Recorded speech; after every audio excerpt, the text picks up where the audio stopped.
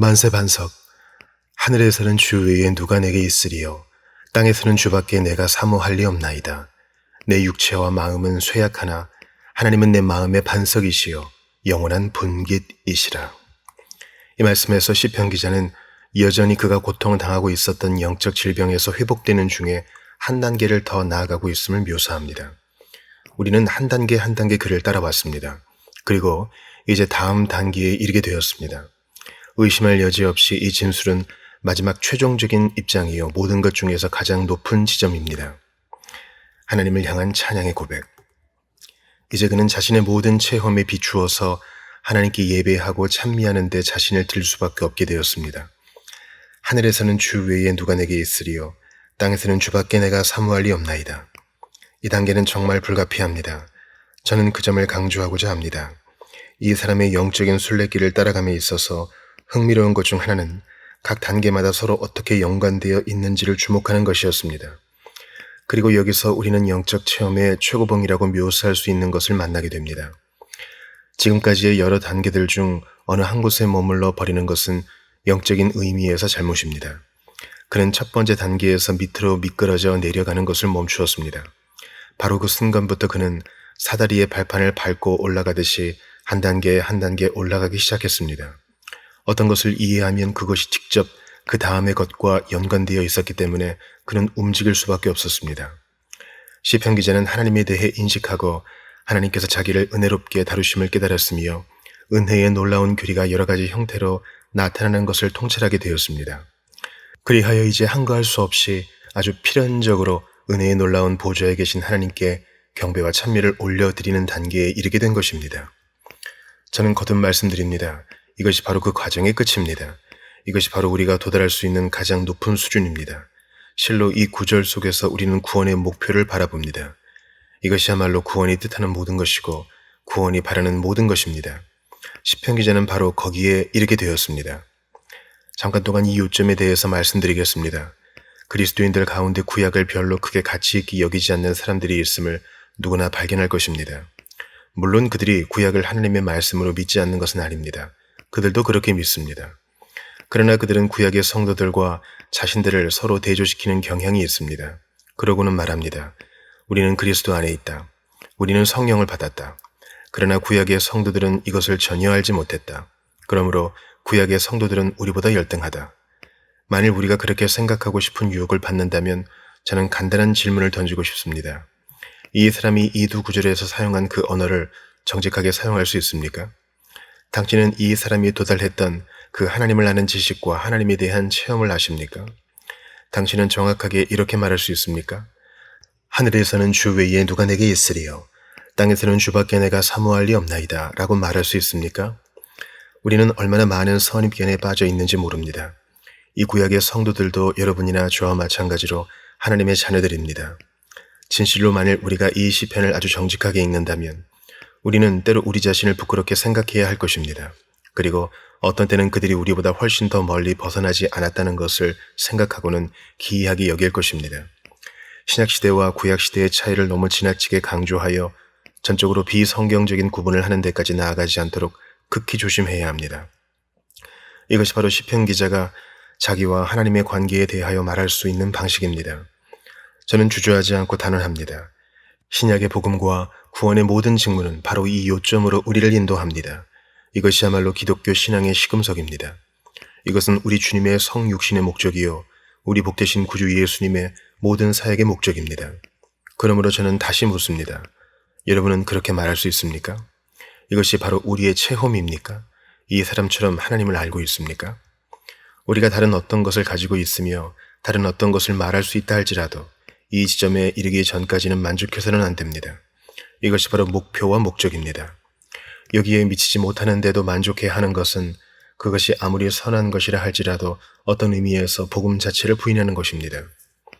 복음의 위대하고도 장엄하고 영광스러운 목적은 우리로 하여금 이 특별한 단계에 이르게 하는 것입니다. 우리는 앞으로 그것을 알아볼 것입니다. 주 외에 누가 있으리요? 이제 이 거대한 진술을 살펴봅시다. 하늘에서는 주 외에 누가 내게 있으리요. 땅에서는 주밖에 내가 사모할 리 없나이다. 내 육체와 마음은 쇠약하나 하나님은 내 마음의 반석이시요 영원한 분깃이시라. 시편 기자가 뜻하는 바는 무엇입니까? 그가 무엇을 말하고 있습니까? 그의 마음속의 첫 번째 요점은 소극적인 것이라고 저는 확신합니다. 그는 소극적으로 진술하고 있습니다. 그는 질문 형태를 통해서 자기가 겪은 결과 자기를 도울 수 있는 이는 주님 외에 어느 누구도 없다는 것을 발견했다고 말합니다. 그 어느 곳에도 다른 구세주는 없다고 말합니다. 하늘에서나 땅에서나 주밖에 나를 도울 수 있는 분이 누구입니까? 라고 묻고 있는 것입니다. 다른 이는 아무도 없습니다. 일이 잘못되어 가고 그가 정말 궁지에 몰려있을 때, 어디로 가야 할지, 누구를 바라보아야 할지 모를 때, 위안과 위로와 힘과 확신이 필요하고 붙잡을 것이 필요할 때, 하나님을 떠나서는 그 어느 누구도 없다는 것을 발견한 것입니다. 이것은 우리 모두에게 중요합니다. 실로 이 사실 때문에 저는 하나님께 감사합니다. 그것이 매우 위안을 주기 때문입니다. 저는 이 사람이 말하고 있는 바가 다음과 같다고 생각합니다. 자기의 불완전함과 실패에도 불구하고 하나님을 떠나 하나님께 등을 돌리자 결코 만족을 얻을 수가 없었습니다. 체험적으로 볼 때 하나님께 잘못 행하면 다른 모든 면에서 일들이 잘못되었습니다. 그의 인생은 텅 비어 있었습니다. 어떠한 만족도 어떠한 복락도 어떠한 힘도 없었습니다. 그러나 하나님에 관한 어떤 적극적인 진술은 할 수 없을지라도 최소한 주님 외에는 그 어떤 것도 다른 어느 누구도 없다고 말할 수는 있었습니다. 그것이 매우 위안을 주는 생각입니다. 우리는 바로 이런 소극적인 언어를 사용할 수 있습니까? 만일 우리가 긍정적인 시험을 두려워한다면 이 소극적인 시험을 어떻게 참을 수 있겠습니까? 이 세상의 모든 것을 다 통찰해 알았다고 말할 수 있습니까? 세상이 제공하는 그 모든 것이 깨진 물통에 불과하다는 것을 알았습니까? 우리는 진실로 이 세상의 방식과 세상이 자랑하는 모든 영광이 무엇인지를 꿰뚫어 보았습니까? 좋다. 어쨌든 나는 이것을 알았다라고 말할 수 있는 지점에 이르게 되었습니까? 나는 세상이 제공하리라고 기대하는 바를 다 시험해 보았다. 나는 그러한 모든 것들을 체험해 보았다. 그러한 것들과 재미있게 놀아보기도 하였다. 그리고 나는 결론에 이르렀다. 오슬로의 말을 인용하자면 하나님을 떠나 있을 때 혼돈이 다시 왔다. 그렇게 말할 수 있습니까? 이것은 체험에 중요하고도 아주 중차대한 국면입니다. 뒤로 물러가 신앙을 배반하는 자리에 있었던 모든 사람은 제가 말씀드리는 바를 정확하게 알 것입니다. 그것이 바로 신앙을 배반하고 뒤로 물러가 낭망했던 사람에 대하여 앞에서 언급한 요점들을 입증하는 여러 방식 가운데 하나입니다. 낙심에 빠졌던 사람은 하나님과의 관계 때문에 결단코 다른 것으로는 만족할 수 없습니다. 그렇게 해보려고 하겠지만 그러는 동안 계속 비참해질 뿐임을 알게 됩니다. 그러므로 우리는 언제나 그것으로 자신을 시험해 볼 수 있습니다. 즉, 우리는 이 고백 속에서 우리 그리스도인의 신앙과 믿음을 시험하는 아주 두드러진 시금석을 발견하게 되는 것입니다. 우리가 회복되는 첫 번째 단계가 바로 그것입니다. 곧 모든 것이 실제로 달라졌다는 것에 대한 깨달음입니다. 이전 것은 지나갔으니 보라, 새 것이 되었도다. 세상에 속한 것들은 한때 매력 있고 가치 있게 보이지만 결국 그렇게 보이지 않을 때가 옵니다. 우리가 하나님과 바른 관계를 맺고 있지 못할 때 기초돌 자체들이 다 사라져 버리는 것을 발견합니다. 우리는 하나님 없이 만족을 얻기 위하여 땅의 사방을 여행해 볼 수도 있지만 거기에도 아무런 만족이 없다는 것을 발견합니다. 하나님을 갈망하다. 그러나 분명히 우리는 소극적인 자세에서만 멈추지 않습니다. 이 진술은 또한 매우 적극적인 진술입니다. 저는 이 사람의 적극적인 주장을 분석함으로써 이 점을 강조하고 싶습니다. 그는 먼저 자기가 하나님을 소원하고 있음을 말합니다. 하나님께서 주시거나 행하시는 일뿐 아니라 하나님을 소원한다는 말입니다. 이것은 매우 중요한 진술입니다. 바로 다음과 같은 이유 때문입니다. 어떤 의미에서 시편 기자의 문제의 진술은 하나님께서 주시는 것을 하나님의 자리에 놓았다는 데 있습니다. 그것이 악인에 관한 난제 밑바닥에 깔려 있었습니다. 악인들은 매우 행복한 시간을 보내고 있었습니다. 그런데 왜 자기는 어려운 시절을 보내야 하는지, 왜 자기는 하루 종일 재앙을 만나야 하는지, 왜 자기 마음을 깨끗하게 하고 손을 씻어 무죄하다 한 것이 헛되게 보이는 것인지, 그는 왜 그러한지를 생각하였습니다. 즉, 그의 고통거리는 하나님을 소원하기보다 하나님께서 주시는 일들에 더 많은 관심을 가졌다는 데 있었습니다. 그리고 원하는 것들을 가지고 있지 못했기 때문에 하나님의 사랑을 의심하기 시작했습니다. 그러나 이제 그는 아주 정직하게 하나님께서 주시거나 행하시는 일뿐 아니라 하나님을 소원한다고 말하는 지점에 이르게 되었습니다. 저는 가능한 한 이 점을 강조하고자 합니다. 그리스도인의 궁극적인 시금석은 그가 진실로 용서함보다 하나님을 더 소원한다고 말할 수 있느냐 하는 것입니다. 우리 모두 주님의 용서함을 소원합니다. 아주 좋은 일입니다. 그러나 그것은 그리스도인의 체험 중에서도 매우 낮은 단계입니다. 그리스도인의 체험은 그렇습니다. 그러나 죄사함보다 제가 더 원하는 것은 하나님 당신입니다 라고 말할 때 더욱 높아집니다. 우리는 흔히 능력과 재능과 여러 가지 다른 은사들을 소원합니다. 어떤 의미에서 그런 것들을 소원하는 것이 옳습니다. 그러나 만일 우리가 그러한 것들을 하나님보다 더 앞세운다면 우리가 매우 불쌍한 그리스도인임을 천명하고 있는 것밖에 되지 않습니다. 우리는 그리스도인으로서 여러 가지 복락들을 소원하면서 그러한 것들을 달라고 하나님께 기도합니다. 그러나 그렇게 함으로써 우리는 때로 하나님을 모독하기도 합니다. 왜냐하면 하나님에게는 아무런 관심도 없이 그저 하나님께서 우리에게 이러한 복들을 주실 수 있다는 사실에만 관심을 가지고 있기 때문입니다. 우리는 거기서 멈추지 말고 복된 인격자 되신 우리 주님을 즐거워해야 합니다. 이 시편 기자는 그 모든 것을 섭렵하였습니다. 이제 그는 모든 복 중에서도 가장 큰 복은 하나님을 알고 그분의 면전에 있는 것임을 알게 되었습니다. 성경에는 이에 대한 많은 표징들이 있습니다. 시편 42편 1절은 그것을 아주 완벽하게 표현합니다. 하나님이여 사슴이 시냇물을 찾기에 갈급한 같이 내 영혼이 주를 찾기에 갈급하니이다. 이 사람은 하나님을 아는 직접적인 지식, 하나님에 대한 직접적인 체험을 구하며 울부짖습니다. 이 영혼은 갈급해하고 있습니다. 그는 하나님을 갈망하고 있습니다. 살아계신 하나님을 말입니다. 어떤 복의 원천으로서의 하나님이 아니라 살아계신 인격이신 하나님을 갈망하는 것입니다. 여러분은 이것을 알고 있습니까? 하나님을 줄이고 목마를 정도로 사모하고 있습니까? 우리 영혼이 하나님을 찾기에 갈급해하고 있습니까? 이것은 매우 심오한 문제입니다. 무서운 사실은 매일 기도로 삶을 영위하면서도 그리스도인의 체험의 최고 정점이 하나님을 대면하고 성령 안에서 영적인 하나님을 기다리는 것임을 이해하지 못한다는 것입니다. 우리가 살아계신 하나님과 직접 거래하거나 사업을 하고 있다는 것을 알고 있습니까? 우리는 하나님을 진실한 존재로 믿습니까? 그것을 좀 낮은 수준으로 표현해 보겠습니다. 우리가 하나님을 갈망하고 추구합니까? 우리가 하나님을 얻기까지 어떠한 만족도 느낄 수 없습니까? 우리가 하나님 앞에 있음을 알고 하나님을 알고 누리고 있음을 확인하는 것이야말로 다른 모든 체험들과 복들보다 더 우리 마음이 가장 크게 가장 높게 소원하는 것입니까? 시편 기자가 시편 42편에서 소원한 것이 바로 그것입니다. 그리고 시편 73편 기자가 실제로 즐거워하는 것도 그것입니다. 사도 바울은 빌립보서 3장 10절에서 이와 동일한 것을 말하고 있습니다.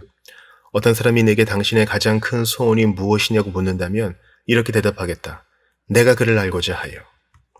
그의 최고의 소원은 무엇입니까? 제가 그것을 너무 쉽게 말한다고 오해하지 마십시오. 그의 최상의 열망은 대단하게 영혼을 얻는 것이 아니었습니다. 물론 그 열망도 그의 바람 중 하나였으며 바른 것이었지만 말입니다. 위대한 설교자가 되는 것도 그의 열망이 아니었습니다. 그 모든 것보다도 내가 그를 알고자 하여 라는 말에 모든 것이 포함되어 있습니다. 사도가 다른 곳에서 우리에게 상기시켜 주는 바와 같이 여러분이 다른 것들을 우선순위로 삼는다면 여러분 스스로가 설교자라 할지라도 어떤 의미에서 방황하게 된다는 사실을 알게 될 것입니다. 그러나 우리가 바울이 소원하는 바를 우선순위로 삼는다면 위험이 없습니다. 바울은 살아계신 그리스도, 부활하신 주님의 얼굴을 배웠습니다. 그런데도 그는 줄이고 목말라 합니다. 그는 더 깊고도 친밀하게 그리스도를 알고 개인적으로 알고 영적인 의미에서 살아계신 주님의 인격적인 계시를 더 알고자 하였습니다. 이보다 더 높은 것은 없습니다.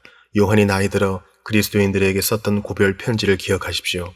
요한일서 1장 4절에서 말한 대로 그의 위대한 소원은 우리의 기쁨이 충만하게 하려 함이었습니다. 어떻게 그 기쁨이 충만해집니까? 너희로 우리와 사귐이 있게 하려 함을 통해서입니다. 너희가 우리와 함께 우리가 누리는 복된 체험을 나눔으로써 그 일이 가능하다고 말할 때 그것이 무엇입니까? 우리의 사귐은 아버지와 그의 아들 예수 그리스도와 더불어 누림이라. 그 말은 하나님의 일에 종사하는 것만을 뜻하지는 않습니다. 물론 그것도 뜻합니다. 그러나 그것은 가장 낮은 수준입니다. 가장 높은 차원은 하나님을 진실로 아는 것입니다. 영생은 곧 유일하신 참 하나님과 그가 보내신 자 예수 그리스도를 아는 것이니이다. 실로 우리는 우리 주님의 권위를 의지하고서 그 말을 합니다. 제가 방금 인용한 진술뿐만 아니라 다른 진술을 통해서도 그렇게 말씀하셨습니다. 어떤 사람이 주님께 가장 큰 계명이 무엇이냐고 여쭈어 보았습니다. 그랬자 주님은 내 마음을 다하고 목숨을 다하고 뜻을 다하여 주 너의 하나님을 사랑하라. 둘째도 그와 같으니 내 이웃을 내 자신같이 사랑하라 라고 말씀하셨습니다. 인생에서 가장 으뜸되고도 중요한 것은 우리가 하나님을 알되 우리의 존재 전체를 들여서 하나님을 사랑하기까지 하나님을 아는 것입니다. 그것에 미치지 못하는 상태에 만족하거나 그보다 좀 못한 것에 만족하는 것은 그리스도인의 구원의 전체 목적과 의도를 오해한 소치입니다. 죄사함에서 멈추지 마십시오. 또 체험들을 위해서 멈추지 마십시오. 목적은 하나님을 아는 것입니다. 그보다 못한 것이 목적이 되어서는 안 됩니다. 이 시편 기자는 하나님께서 주시거나 행하시는 일 때문이 아니라 하나님 자신 때문에 하나님을 소원한다고 말했습니다. 다르게 표현하자면 이 사람은 하나님을 소원할 뿐만 아니라 하나님 외에는 그 무엇도 소원하지 않습니다. 그의 소원 속에는 하나님만이 독점적인 위치를 차지하고 있습니다. 그는 그것을 아주 성스럽게 표현합니다. 그는 하늘에서 하나님 외에 아무것도 바라지 않는다고 말합니다. 하늘에서는 주 외에 누가 내게 있으리요? 라는 진술은 얼마나 놀라운 진술입니까? 저는 또 다른 질문을 던지고자 합니다. 그것은 가장 단순한 질문입니다. 여러분은 하늘에 무엇이 있다고 생각하고 무엇을 기대합니까? 그보다 앞선 한 가지 질문을 던지고 싶습니다. 여러분은 하늘에 있기를 간절히 바라고 있습니까? 그것은 괴상한 일이 아닙니다. 저는 매튜 헨리의 표현을 좋아합니다. 우리는 성경에서 죽음을 고대해야 된다는 말을 듣지는 않는다. 그러나 하늘을 고대해야 된다는 말을 자주 듣는다. 죽음을 고대하는 사람은 단순히 고통 때문에 인생을 벗어나고 싶어 합니다. 그것은 그리스도인이 아니라 이교도의 것입니다. 그리스도인은 하늘에 대한 적극적인 소원을 가지고 있습니다. 그러므로 저는 묻습니다. 우리는 지금 하늘에 있기를 갈망합니까? 그보다 더 강하게 우리가 하늘에 이르렀을 때 무엇을 가지기를 소원합니까? 우리가 소원하는 것이 무엇입니까? 하늘의 안식입니까? 고통과 환난에서 벗어나는 것입니까? 하늘의 평화입니까? 하늘의 기쁨입니까? 이 모든 것들을 그 하늘에서 얻게 될 것입니다. 하나님께 감사합시다. 그러나 하늘에서 우리가 얻기를 고대하는 것은 그것이 아닙니다. 그것은 하나님의 얼굴입니다. 마음이 청결한 자는 복이 있나니 그들이 하나님을 볼 것이며 그 찬란한 광경, 지고지선의 광경, 하나님 앞에 서는 것이야말로 그것입니다.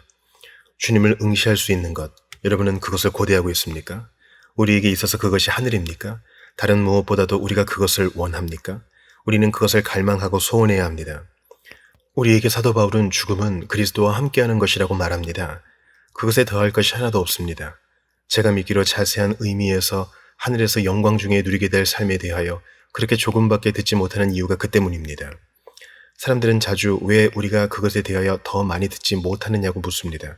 그 질문에 대하여 두 가지로 대답할 수 있을 것입니다.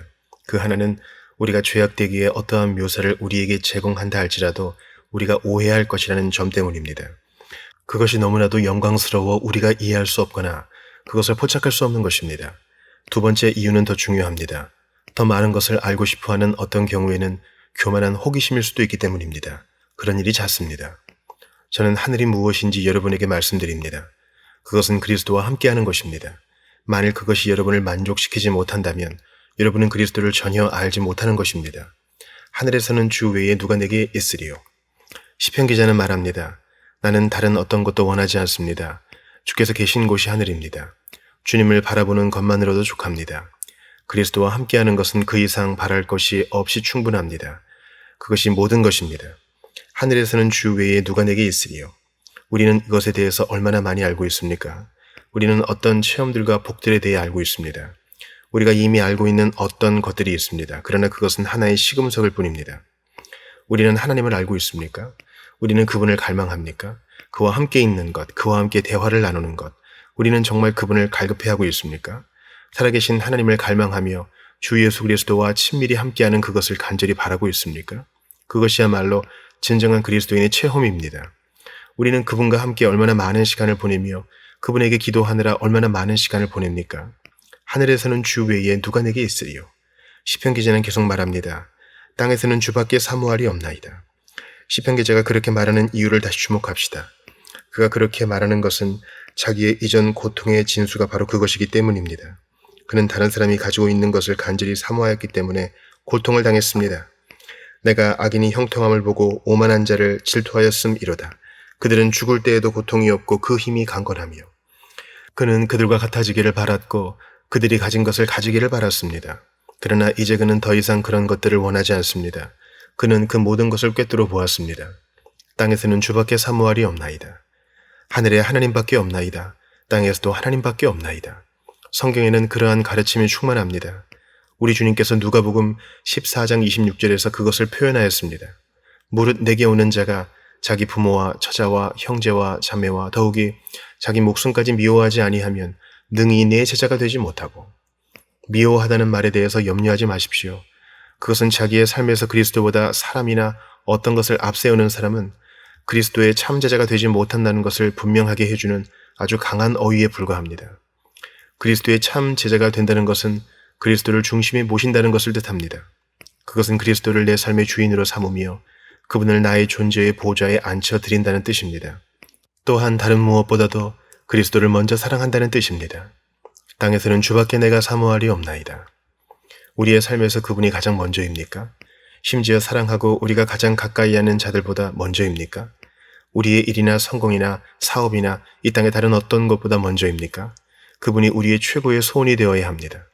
내게 사는 것이 무엇입니까? 사도 바울은 이렇게 말합니다.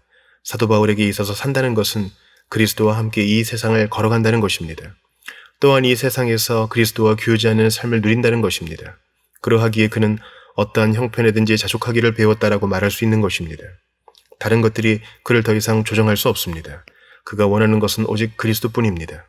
그는 만일 그리스도를 소유한다면 모든 것을 가진 것이고 내게 능력 주시는 그리스도로 말미암아 모든 것을 할 수 있다라고 말합니다.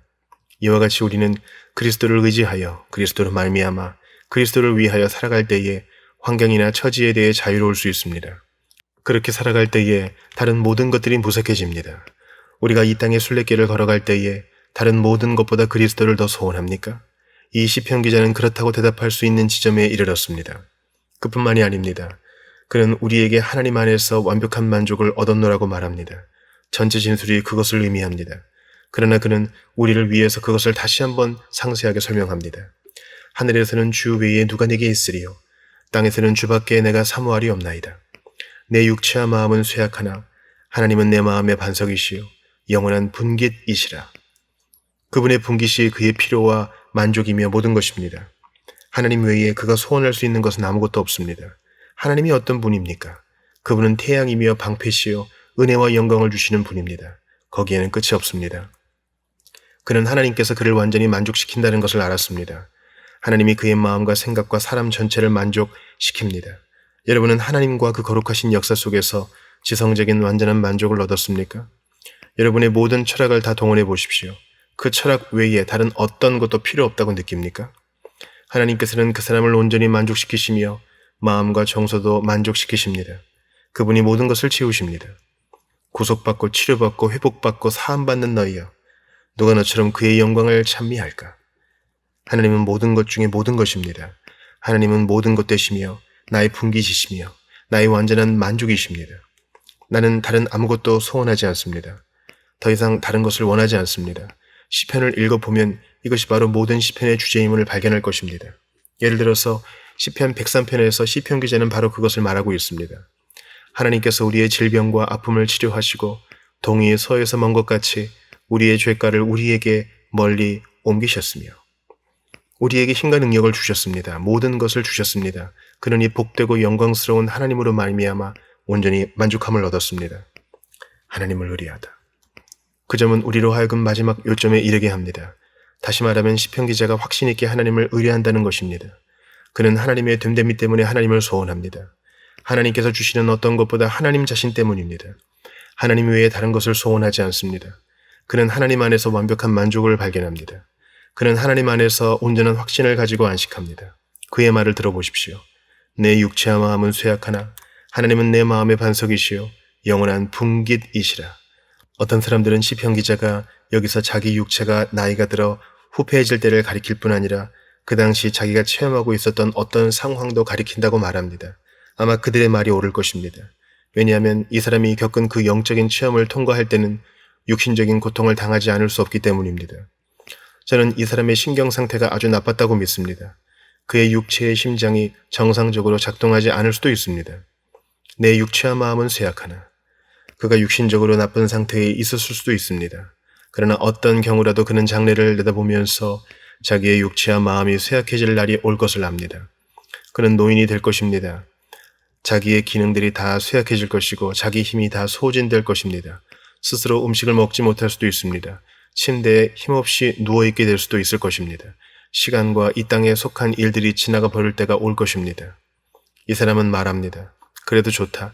어떤 일이 일어난다 할지라도 어제나 오늘이나 영원토록 동일하신 하나님께서 내 마음의 힘이 될 것이다.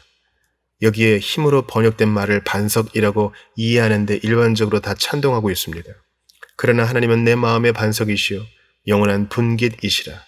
저 역시 그 번역을 좋아합니다. 왜냐하면 그것이 우리 마음속에 한 형상을 그려주기 때문입니다. 이 사람은 이렇게 말하고 있습니다. 아, 그렇다.